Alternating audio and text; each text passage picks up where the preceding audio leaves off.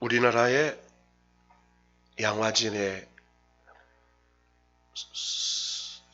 선교사 묘지에 가면 제일 먼저 이 땅에 묻힌 선교사가 제중원의 원장이었던 바로 헤론이라는 선교사입니다. 이 헤론 선교사는 1888년 1월 6일에 고종 황제로부터 종이품 가선대부를 품계를 받습니다. 종사품 이상, 종사품, 정사품을 대감이라고 부르고요. 그 이하는 영감이라고 불렀습니다. 그러니까 우리나라로 말하면 대감의 호칭을 받을 만한 아주 고위직이죠. 제중원 원장으로 왕족들 또 고종 황제 이 병을 치료해주는 궁중의사가 됩니다. 그러면서 많은 양반들 또 시간이 나면 서민들 또 학교도 세우고 우리 한국 선교의 기초를 놓고 언더우드 그리고 아펜젤레 선교사를 불러들인 사람 중에 하나입니다.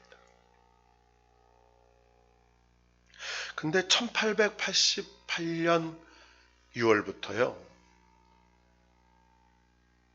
이상한 소문이 나라에 퍼지는 거예요. 근데 제물포, 지금의 인천 있죠. 거기서 아이들이 없어져요. 남자아이도 없어지고 여자아이도 없어져요.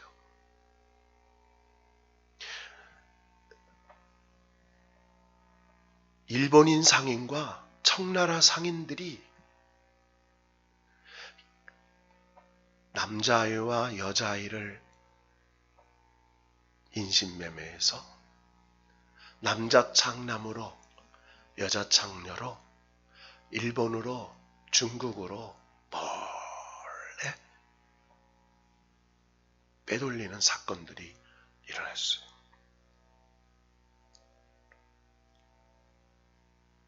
그런데 이런 일들을 들은 양반들 그리고 서양 선교사와 의료사들을 좋지 않게 본 이 조선 사대부 사상을 가진 그런 사람들이 소문을 내기 시작합니다. 언더우드 선교사 고아원에서 소년들을 살찌게 먹인 후에 미국의 노예로 판다. 제중원 수술실에서 아이들의 심장으로 성찬식 묘약을 만든다. 눈알로 사진기 렌즈를 만든다. 성찬식에 쓸 피를 위해 아이들을 잡아간다. 라는 소문을 퍼뜨리죠.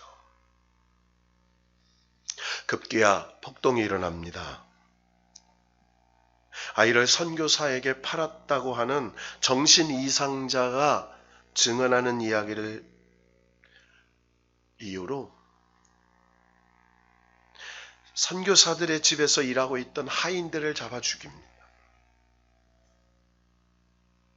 그리고 외국 선교사들의 집을 포위해서 불을 지르려고 하죠. 그때 제물포에 있던 미국 해병대와 해군 또 프랑스 군들이 신속하게 나라에 항의를 해서 포도청이 4대 문에 공고문을 붙이고 헛된 소문을 퍼뜨리는 자를 잡아 엄벌에 처하겠다라는 고종 황제의 칙령이 붙습니다. 그런데요, 이 소문이 일어나게 된 배경은 벽사기실이라는 중국에서 반외국인 운동이 일어났던 반기독교 서적 때문이었어요. 그러니까 이게 중국에서 그 당시에 난징이라는 곳에서 반기독교 반대 운동이 일어났죠. 선교사들이 중국인의 눈을 빼어 약을 만들고 여자를 겁탈하는 서양 귀신으로 그들을 따르는 신자들은 아주 악마처럼 묘사를 해서 중국에서 대폭동이 일어나는 사건이었습니다.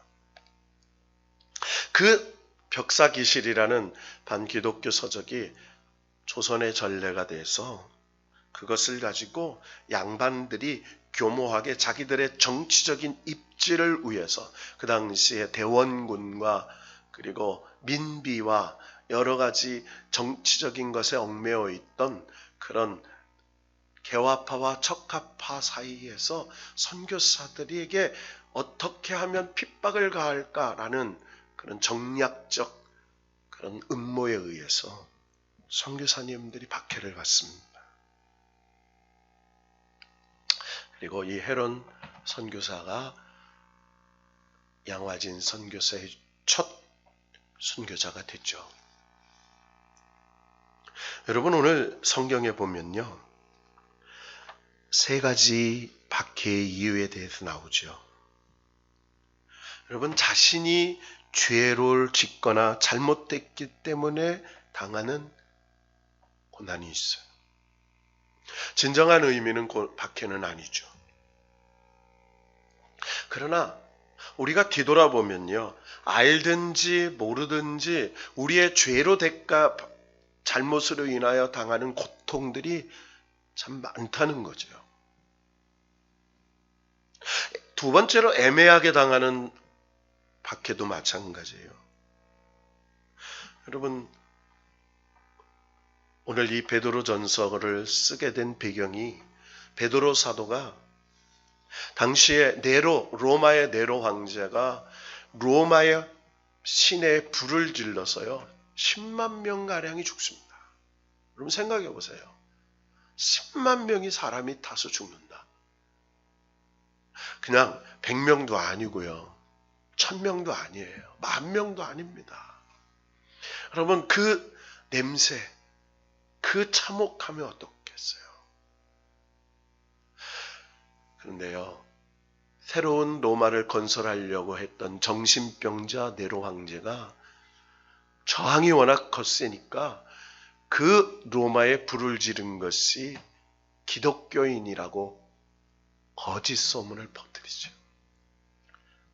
그리고 기독교인들을 잡아들이기 시작해요. 화가 난 로마 시민들이 닥치는 대로 기독교인을 잡아 죽이기 시작했습니다. 당시에 수만 명의 기독교인들이 잡혀서 화형당하거나 사자굴에 던지거나 십자가형으로 죽임을 당했죠. 그때 바울 사도도 오늘 베드로 전후서의 저자인 베드로 사도도 그 당시에 순교를 합니다.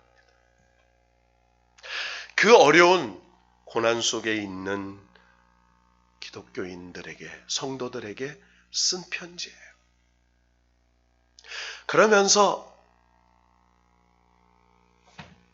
부당하게 고난을 받아도 이렇게 말해요. 그러니까 애매한 고난이에요.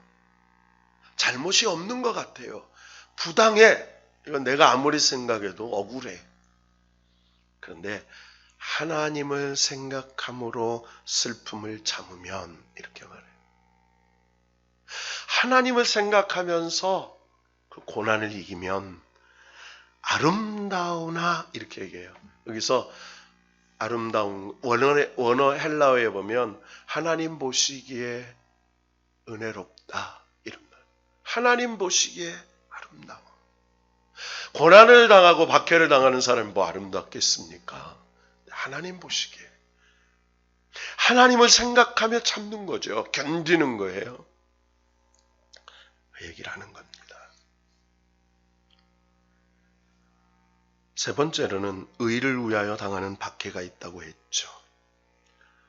20절에 보면 선을 행함으로 고난을 받고 참으면 이는 하나님 앞에 아름다우니라. 똑같은 얘기를 해요. 하나님 앞에 아름다우니라. 하나님 앞에 영광을 돌리는 것이다. 이 말이죠. 자, 지금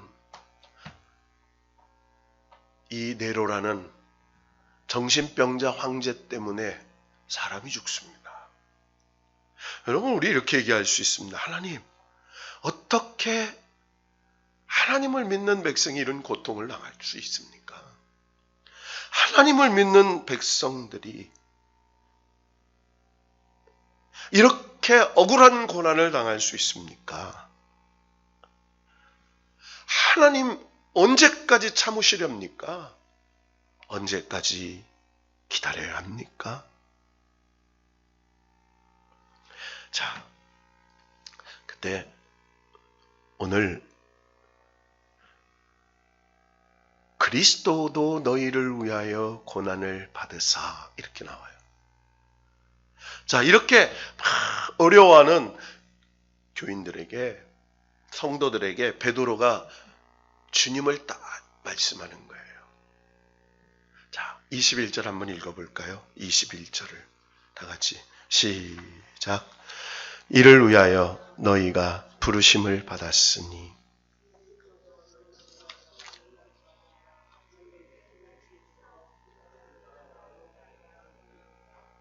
아멘. 자, 그리스도도 너희를 위하여 고난을 받으사 이렇게 말해요. 자, 그런데 앞에 보니까 이를 위하여 뭐라고요? 고난을 위하여 너희가 부르심을 받았대요. 아니 하나님, 우리가요 하나님 잘 믿고 하나님 은혜 받고 축복 받고 잘 되고 그렇게 우리가 믿고 주님 믿었잖아요. 근데 고난을 위해서 우리를 부르셨다고요? 반문할 수 있어요. 여러분, 사순절을 보내고 있죠. 사순절이라 하면요, 부활절을 준비하는 기간 이렇게 얘기할 수 있어요. 그죠? 부활절을 준비하는 기간. 즉 부활절, 빛으로 가기 위한 하나의 어둠의 장치라고 할 수 있는 사순절이죠. 그리스도의 고난을 묵상하고 그 고난에 동참하면서 부활의 기쁨과 감사를 더욱 풍성하게 체험하기 위한 준비하는 절기예요. 그리스도의 고난을 묵상하고 그리스도의 고난을 체험하면서 그리스도께서 부활하셨을 때 그 기쁨, 부활의 그 감격을 체험하기 위하여 준비하는 절기가 사순절이에요. 그래서 참회와 절제와 비움과 고행과 금식, 그리스도의 고난을 체험하는 영적인 훈련식이에요. 따라합시다. 고난을 체험하는 영적인 훈련의 시기.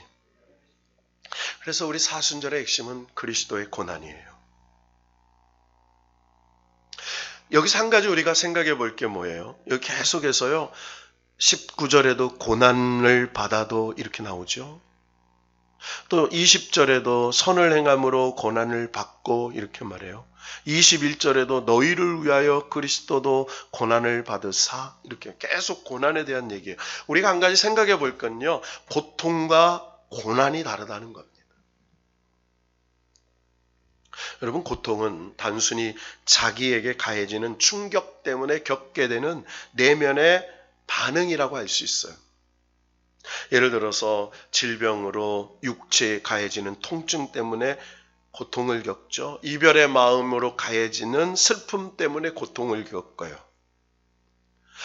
이에 비해서 고난은 고통을 겪되 목적이 있다는 거예요. 고난에는 뭐가 있다고요? 목적이 있어요. 어머니가 자녀를 낳기까지 고통당하는 거, 목적이 있죠. 아이를 낳는 탄생의 목적이 있어요. 어머니가 자녀를 양육하면서 겪는 그 수고와 고통을 견디는 게 뭐예요? 그 자녀들이 잘 자라는 그런 보람을 느끼는 고난이 있죠. 자, 순교자들이 믿음을 지키면서 교회를 수호하기 위해서 고통을 겪을 때 그 고통은 고난이 되는 거죠. 그러니까 목적이 있어요, 분명한. 여러분, 고통은 수동적으로나 피동적으로 겪는 거죠. 그러니까 사람들이 어떤 고통을 겪을 때 대부분 원치 않는 가운데 일어날 때가 많아요. 여러분 그렇잖아요. 우리가 질병 걸리는 게 원하는 겁니까? 원치 않는 거예요. 또 무슨 마음의 어떤 괴로움 원치 않아요. 그런데 일어나요. 그런데 고난은 의도적으로 능동적으로 겪는 거예요. 내가 선택해요. 목적을 이루기 위해 알면서도 의도적으로 고통을 마주치는 것, 그게 고난이죠. 피하지 않아요. 능동적으로 맞서요. 그게 고난이에요. 예수님께서 이 고통과 고난을 다 겪죠. 여러분, 하나님이신 그분이 인간이 되셨어요. 낙고천한 인간이 되는 고통을 겪으셨어요. 그런데 고난이라고 얘기하지 않으세요. 자, 나사렛 가난한 목수로 사셨어요. 근데 그걸 고난이라고 하시지 않았어요. 근데 오직 예수님은요, 공생의 기간에 십자가 우리를 위하여, 우리를 구원하시기 위하여 십자가 지신 그 목적, 우리를 구원하시기 위하여 지신 그 십자가를 고난이라고 하셨어요. 목적이 있죠. 여러분, 예수님께서 십자가를 지신 건 두 가지예요. 하나는 우리를 구원하기 위해서 지셨어요. 우리를 뭐 하시기 위해서? 그거 다 알죠. 두 번째로는요, 그 십자가의 본의 삶을 보여주시기 위해서예요. 십자가는 우리를 구원해 주신 것도 있고요. 우리가 예수님처럼 십자가의 삶을 살아라 라고 본을 보여주신 거예요. 그래서 예수님 그러잖아요. 자기를 부인하고 자기 십자가를 지고 나를 따르라. 그러니까 우리가요, 두 가지예요. 십자가의 은혜 때문에 구원을 받았어요. 이제는 십자가의 삶을 살아야 돼요. 왜? 예수님이 우리에게 본을 보여주셨기 때문에. 자, 오늘 21절에 그렇잖아요. 너희에게 본을 끼쳐 그 자취를 따라오게 하려 하셨느니라. 이렇게 얘기해요. 자, 오늘 이 말씀을 통해서 우리에게 주님께서 말씀하시죠. 우리 신앙의 결정적인 중요한 부분을 얘기해요. 예수 그리스도께서 우리를 구원하시기 위하여 고난당하셨다는 것과 또 하나는 우리에게 본을 보여주시기 위하여 고난을 당하셨다라는 하나를 얘기했어요. 자, 오늘 21절에 그리스도도 너희를 위하여 고난을 받으사. 자, 우리를 위하여 고난을 받으셨어요. 어떻게? 24절입니다.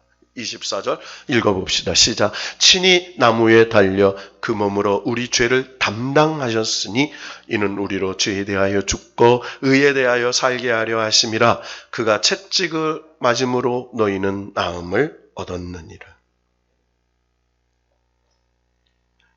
자, 예수께서 우리를 위하여 고난당하신 것은 우리를 죄로부터 구원하시기 위해서라고 말했어요. 그리고 우리를 위해 고난당하신 구체적인 목적을 말씀하신 겁니다. 자, 마태복음 1장 21절에 보면 예수님이 이렇게 말씀하시죠. 하나님이 아들을 낳으니 이름을 예수라 하라. 이는 그가 자기 백성을 그들의 죄에서 구원할 자이심이라 하니라. 여러분, 천사가 요셉에게 전한 하나님의 말씀이에요. 마리아가 아들을 낳을 건데 이름을 예수라 하라. 그 예수라 이름을 지어할 이유가 예수께서 자기 백성을 그들의 죄에서 구원하시기 때문이다. 그러니까 예수님이 우리를 죄에서 구원하시기 위해서 고난을 받으셨다는 거예요. 십자가의 고난을 통해 그 뜻을 이뤘어요. 자, 우리는 인생을 살면서요, 때로는 돈이 없어요. 때로는요, 건강이 어려움이 있어요. 때로는 인간관계에 어려움이 있어요. 때로는 자녀의 문제가 어려움이 있어요. 때로는 영적인, 심적인 어려움이 있어요. 1992년 미국에 조지 부시 대통령과 민주당의 빌 클린턴이 맞붙었어요. 예측 불허의 접전이죠. 여러분, 조지 부시와 그리고 이번에 떨어진 누구죠? 이름도 잊어먹었네요. 트럼프. 여러분, 재선에 실패하는 대통령이 별로 없어요. 네, 여러분, 우리가 잘 아는 것처럼 여기 조지 부시는 아버지 조지 부시를 말하죠. 후에 이 빌 클린턴이 당선이 됩니다. 그때 빌 클린턴이 내세웠던 슬로건이 하나가 있어요. 그게 뭐냐면 바보야, 문제는 경제야. 이 슬로건이에요. 바보야, 문제는 경제야. 아무리 좋은 정책을 얘기해도 No! 경제가 어려워. 이것 때문에 클린턴이 당선이 돼요. 여러분, 우리의 인생에요. 돈이 없어요. 건강이 없어요. 우리의 무슨 문제가 있어요. 그때마다 우리는 왜 그러지 이렇게 말하죠. 성경이 지적하고 강조하는 게 뭔 줄 아세요? 바보야, 문제는 죄 때문이야. 뭐 때문이에요? 죄 때문이에요. 자기들이 문제는 돈이고 건강이고 가정이고 뭐 사랑이라고 만지지만 성경은 번지수를 잘못 찾았다는 거예요. 핵심은 죄 때문이라는 거예요. 여러분, 성경이 말하는 죄는 뭐예요? 단순히 행위의 죄를 말하지 않습니다. 성경이 말하는 죄는요, 관계의 문제를 얘기해요. 관계. 성경이 말하는 죄는요, 관계예요. 우리가 어떤 말씀을 지키고 안 지키고, 우리 인간은요, 연약해서 하나님 말씀 다 지키고 살기가 어려워요. 그러니까 성경이 말하고 있는 죄는 하나님과의 관계가 아예 단절된 상태, 이게 가장 큰 죄죠. 하나님의 존재를 믿지 않아요. 하나님을 두려워하지도 않아요. 제멋대로 살면서 죄를 밥 먹대로 져요. 이게 이제 근원적인 죄죠. 자, 두 번째 죄는 뭐예요? 하나님과의 관계가 어정쩡한 상태를 말해요. 하나님을 믿는 것도, 하나님을 믿는 것도 아닌 것도, 믿는 것도 아니고 믿지 않는 것도 아니에요. 어떤 때는요, 하나님 말씀 가운데 살아요. 마음에 드는 것, 그리고 하나님 말씀 따라요. 그러나 마음에 들지 않는 것. 어떤 때는요, 죄를 짓고 살아요. 어떤 때는 내 마음대로 살아요. 이게 하나님의 관계를 얘기하죠. 하나님의 관계가 부분적으로 어긋나 있는 상태, 이걸 죄를 말해요. 근데 문제는요, 우리는요, 심판의 죄는 예수 그리스도를 믿음으로 구원을 받았어요. 믿습니까? 믿습니까? 믿죠? 예. 잘 먹으셔서 졸린가? 그런데 중요한 건요, 뭐예요? 여기서 말하는 그런 심판의 죄가 아니고요, 하나님의 깊으신, 아까 오전에 말했던 의를 위하여 핍박을 받는 자는 복이 있나니 천국이 그들의 것이며, 그러니까 하나님의 그 임재, 하나님의 그 놀라운 기쁨, 그 놀라운 부유함을 맛보는 그것을 느끼지 못한다는 거죠. 자, 여러분, 예수님은요, 죄가 없으면서 십자가 나무에 달려 죽으셨어요. 그때 예수님 마지막에 뭐라고 하세요? 하나님, 저들이 자기들이 무슨 일을 행하는지 알지 못합니다. 저들의 죄를 용서해 주옵소서 기도해요. 여러분, 우리가 참 억울하게 박해를 받아도, 뭐를 위해 박해를 받아도 주님을 생각을 하는 거예요. 뭐예요? 그분이 우리의 죄에 대해서 죽으셨어요. 그분이 죄가 있어서 죽은 분이 아니고요, 의에 대하여 살게 하려 하신, 우리를 의로 살게 하시려고 그가 채찍에 맞음으로 우리가 나음을 입었어요. 한마디로 두 가지죠. 우리를 구원하시기 위하여 십자가 죽으셨고 우리에게 그 십자가의 본을 보여주시기 위해서 고난을 당하셨어요. 여러분, 여기서 우리가 말하는 십자가는 뭐예요? 마태복음 16장 24절 아까 말씀드렸던 것처럼 누구든지 나를 따라오려거든 자기를 부인하고 자기 십자가를 지고 나를 따를 것이라. 예수님을 따르는 자마다 뭐가 있어요? 따라합시다. 나의 십자가가 있다. 그러니까 한마디로 자기 십자가는 나에게 맡겨진 십자가예요. 이건 사명의 십자가예요. 예수님이 우리를 위하여 죽으신 죄의 십자가가 아닙니다. 사명의 십자가예요. 사명의 십자가. 우리나라 여수 애양원 아시죠?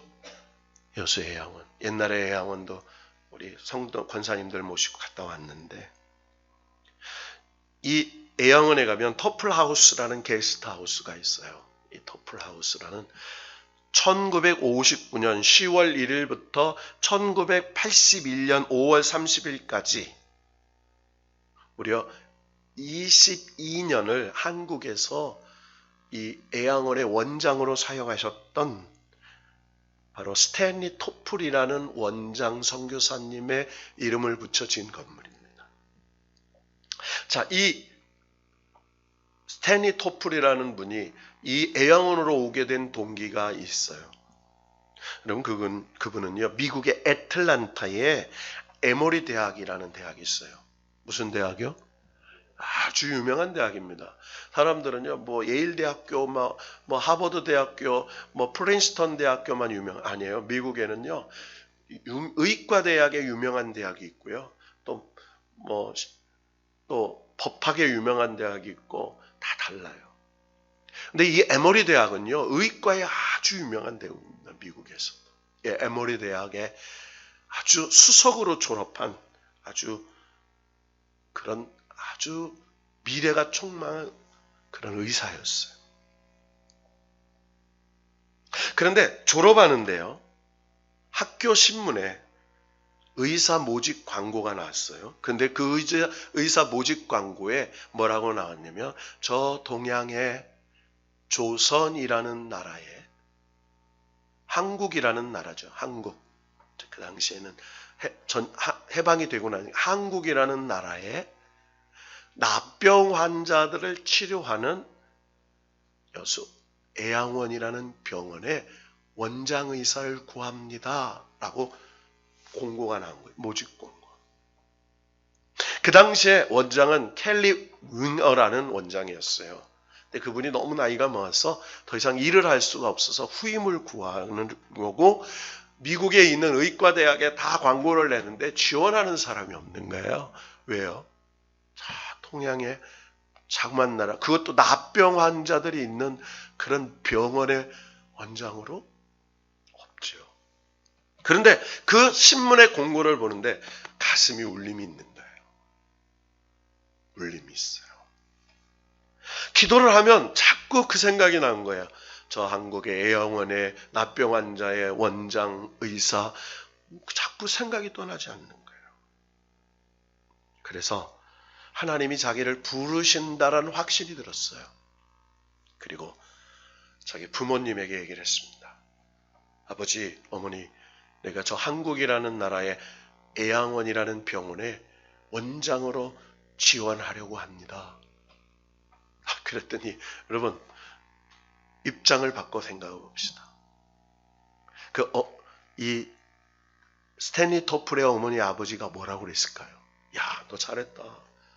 정말 훌륭하다. 응? 이렇게 얘기했을까요? 에머리 대학에 수석을 졸업하고 미국의 유명한 데서 스카우트를 해가려고 하는데 갑자기 저 동양에 이름도 없는 납병의 환자들이 있는 그런 정말 가서는 안 되는 병원의 원장으로 간다? 난리가 난 거죠. 난리가 났어. 너 미쳤냐? 너 돌았냐? 너 제정신이냐? 반대했어요. 그런데요, 더 큰 문제는요, 그에게 결혼을 약속한 약혼자가 있었어요. 아주 부유하고 아름답고 미래 전도가 명랑한 그런 아름다운 여인이었어요. 만약에 당신이 그곳에 간다면 파혼입니다 라고 선언을 했어요. 여러분, 부모도 반대하죠. 결혼을 약속한 약혼자도 반대합니다. 만약에 간다면 파혼하겠다라고 선언을 했어요. 부모의 반대와 약혼자의 반대를 가지고 하나님 앞에 섰습니다. 하나님의 뜻을 구했어요. 이때 하나님께서 주신 말씀이 바로 베드로전서 2장 18절에서 25절의 말씀이에요. 이를 너희를 위하여 너희가 부르심을 받았으니 그리스도도 너희를 위하여 고난을 받으사 너희에게 본을 끼쳐 그 자취를 따라오게 하려 하심이라. 그리스도의 고난의 자취를 따라오게 하려 하심이라. 너 그 고난의 자취를 따라오겠니?